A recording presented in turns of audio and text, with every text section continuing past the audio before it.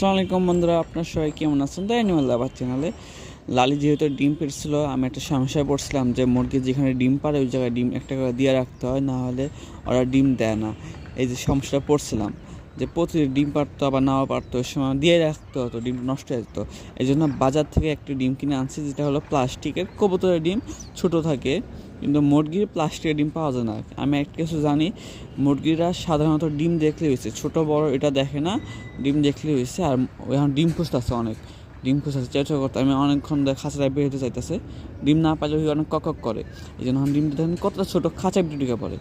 দেখছেন বন্ধুরা, এই লালি এখন দেখতে গেছে ডিম আসছে, এই যে লালি দেখতেছে আর ডিম পেয়েছে, অন চোপ। আর আমি এই যে একটু পরে এসে দেখবো ডিমের তা দিয়ে যাচ্ছে, আমি শিওর। আর মুরগির একটা সমস্যা কি, যদি আমি একটা ডিম পারলো আবার দুদিন ডিম না পারলো, ডিমটা অনেকই থাকবে, ডিমটা নষ্ট হয়ে যায়।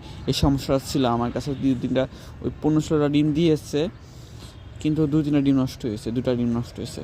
এই যে রাখার কারণে রোদ পড়তো, এই জন্য নষ্ট হয়ে গেছে। আর আপনারাও মুরগির এরকম সমস্যা করলে আপনারা প্লাস্টিকের ডিম কিনে আনবেন, এটা ভালো হবে। তাহলে বন্ধুরা, আজকের মতো আমি আসি। আমার চ্যানেলে নতুন হয়ে থাকলে চ্যানেলটা প্লিজ সাবস্ক্রাইব করে দিবেন। বাই।